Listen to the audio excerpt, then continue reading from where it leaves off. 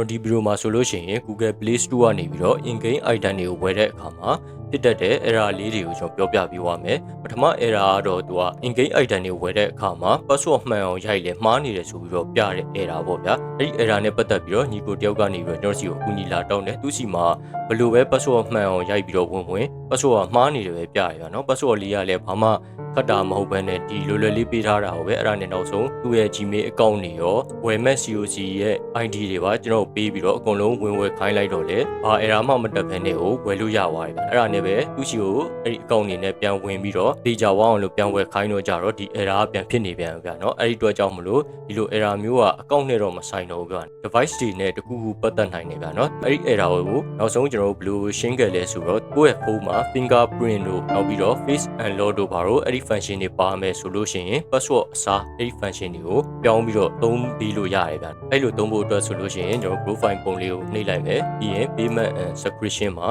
purchase verification ဆိုတဲ့အားလေးကိုနှိပ်လိုက်မယ်ဒီမှာဆိုလို့ရှိရင် biometric verification ဆိုပြီးတော့ face unlock ဒါမှမဟုတ်လို့ရှိရင် fingerprint ကို password အစားထိုးသုံးပေးပါဆိုပြီးတော့ဒါလေးကို on လုပ်ပေးလိုက်အောင်ပဲဗျာနော်ဖုန်းမှာ fingerprint ထည့်ထားရင် fingerprint ကိုတောင်းလိမ့်မယ်ကြလို့ face unlock တွေပါထည့်ထားရင်လည်းအဲ့ဒါကိုကျွန်တော်တို့ကပြန်ပြီးဝင်ပေးလိုက်အောင်ပဲဗျာနော်အဲ့ဒါလုပ်ပေးပြီးသွားလို့ရှိရင်ညီကိုတို့ဝယ်တဲ့အခါမှာသူက password အစားအဲ့ဒီ fingerprint တို့เนาะ face unlock တို့ဘာတို့ကိုသူကဒီ security အနေနဲ့လုပ်ပေးလိမ့်မယ်ဗျာเนาะတကယ်လို့အဲ့ဒါကိုလုံးဝပိတ်ထားခြင်းလို့ရှိရင်လည်းဒီအောက်မှာ verification frequency မှာသူက never ကိုရွေးပေးလိုက်ဗျာเนาะအဲ့ဒါဆိုရင်သူကလုံးဝတော့တောင်းတော့မှာမဟုတ်ဘူးဒါမဲ့လည်းဒီလိုပိတ်တာကတော့ application တိုင်းတော့မရဘူးပေါ့နော်တချို့ application တွေမှာတော့မဖြစ်မနေ verification တောင်းတာမျိုးတွေတော့ရှိလာနိုင်တယ်ဗျနောက်တစ်ခုအဖြစ်များတဲ့ error တစ်ခုကကြတော့ဒီလိုမျိုး payment unsuccessful ဆိုပြီးတော့ your card issuer decline your payment ဆိုပြီးတော့ဒီလိုပုံစံမျိုးလာတတ်တယ်ဗျာနော်ဒီမှာလည်းရေးထားတယ်ဒီလို error မျိုးကကြတော့ card ထဲမှာငွေအလုံးလောက်မရှိတာမျိုးကြောင့်လည်းဖြစ်နိုင်တယ်တချို့တွေက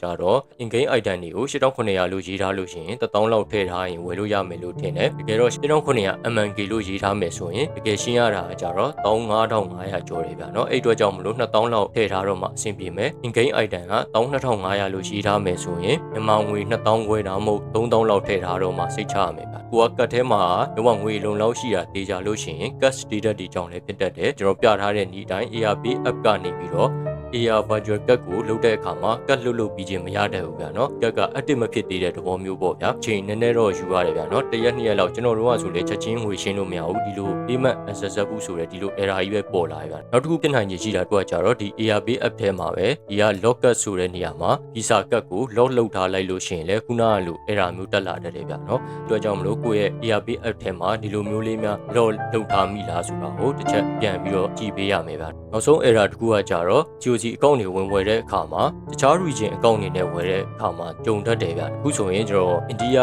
Play Store account နဲ့ဝင်ဝယ်မယ်ဒီလို India Play Store account နဲ့ဝင်ဝယ်လို့ရှိရင်သူကဘယ်လို error မျိုးပြတတ်လဲဆိုတော့ဒီမှာ something went wrong ဆိုပြီးတော့ your purchase could not be complete please update your Play account setting ဘာညာလုပ်ရမယ်ပေါ့နော်ကိုယ့်ရဲ့ COC account နဲ့ဒီဝင်ဝယ်တဲ့ Play Store account တွေကကိုက်ညီပေါ့ဗျာအဲ့လိုသဘောမျိုးတက်ရောက်နေဗျာအဲ့ဒါကဒီ India Play Store account နဲ့ဝင်ဝယ်လို့ရှိရင်လည်းဒီ error လာမယ် MNK နဲ့ပြနေတဲ့မြန်မာ Play Store account တွေနဲ့ဝင်ဝယ်လို့ရှိရင်လည်းဒီ error လာလိမ့်မယ်ဗျာเนาะအဲ့တော့ဒီလို error မျိုးလာလို့ရှိရင်ကျွန်တော်တို့ကဘယ်လိုလုပ်ပေးရမလဲဆိုတော့ကျွန်တော်ပြထားတဲ့ဗီဒီယိုအတိုင်းပဲ Play Store က region ကိုကျွန်တော်တို့က US တို့ဘာလို့ချိန်ပေးရမယ်ဗျာเนาะအခုကျွန်တော်ဝယ်ကြည့်ပြီးတာမှာတော့US region ရဲ့ Japan region ရဲ့ဒီနှစ်ခုကတော့ဝယ်လို့ရတယ် Japan region မှာ coupon တွေဘာတွေမရှိဘူးဆိုလို့ရှိရင် US region ထက်ကိုဈေးလေးနည်းနည်းပိုများသွားလိမ့်မယ်ဗျာเนาะအဲ့အတွက်ကြောင့်မလို့ US region မှာထားတာကတော့ပို့ပြီးတော့အဆင်ပြေမယ်ဗျခုလက်ရှိဝင်ဝယ်နေတဲ့အကောင့်ကဘယ်အကောင့်လဲဆိုတာကိုကြည့်ချင်လို့ရှိရင်ဒီမှာ view all payment method ကိုနှိပ်လိုက်မယ်ဆိုရင်အပေါ်မှာဆုံးမှာ payment method အောက်မှာခုလက်ရှိတက်နေတဲ့ payment အကောင့်ကိုသူကပြပေးထားရဗျာနော်အဲ့တော့ဒီအကောင့်ကိုပဲ region change ရင်လည်း change တကယ်လို့ဒီအကောင့် region change လို့မရတော့ဘူးဆိုလို့ရှိရင်လည်းတခြားအကောင့်ကို region change ပြီးတော့အဲ့ဒီအကောင့်နဲ့တက်အောင်လုံးမှာပဲရတော့မယ်ဒီမှာ payment method အောက်ကအကောင့်က region ထပ်ပြီးတော့ change လို့မရတော့ဘူးဒါမှမဟုတ် change လို့အဆင်မပြေဘူးဆိုလို့ရှိရင်ဒီအကောင့်ကိုဖုန်းထဲကနေခဏဖယ်ထုတ်လိုက်မှရမယ်ဗျာနော်ဒီဖ ဖုန်းမှာကြတော့ကျွန်တော်တို့က payment account တွေကိုကိုကြိုက်တယ်လို့ရွေးပြီးတော့တက်လို့မရဘူးဗျအဲ့တော့ဒီမှာတက်လာတဲ့ account တွေကိုဖုန်းထဲကနေဖယ်ထုတ်သွားတော့မှသာအဲ့လိုပဲလုပ်လို့ရတယ်ဗျ PC မှာဆိုလို့ရှိရင်တော့ဒီ Google Play Game Beta ကနေပြီးတော့ကျွန်တော်တို့ကဒီ profile လေးနေရာမှာ account 5ခုလောက်ထည့်ထားလို့ရတယ်ဝင်ဝယ်ခြင်းတဲ့ account ကိုဒီ5ခုတွေကနေပြီးတော့ရွေးပေးလိုက်လို့ရတယ်ဗျเนาะဖုန်းတွေနဲ့မတူတာအဲ့ဒါတခုတော့ကောင်းတယ်ဖုန်းတွေမှာကိုကြိုက်လို့ရွေးလို့မရဘူးကိုလိုချင်တဲ့ account ကိုရဖို့အတွက်ကိုရှေ့ရတက်နေတဲ့ account တွေတခုချင်းစီဖယ်ထုတ်သွားရပြီဗျာเนาะအဲ့ဆိုရင်တော့ကျွန်တော်အခု Play Store in-game item တွေကိုဝယ်တဲ့နေရာမှာအဖြစ်များတဲ့ error လေးတွေအကြောင်းပြောပြပေးခဲ့တာပဲဖြစ်ပါတယ်အားလုံးပဲကြည့်ရှုပေးတဲ့အတွက်ကျေးဇူးပါ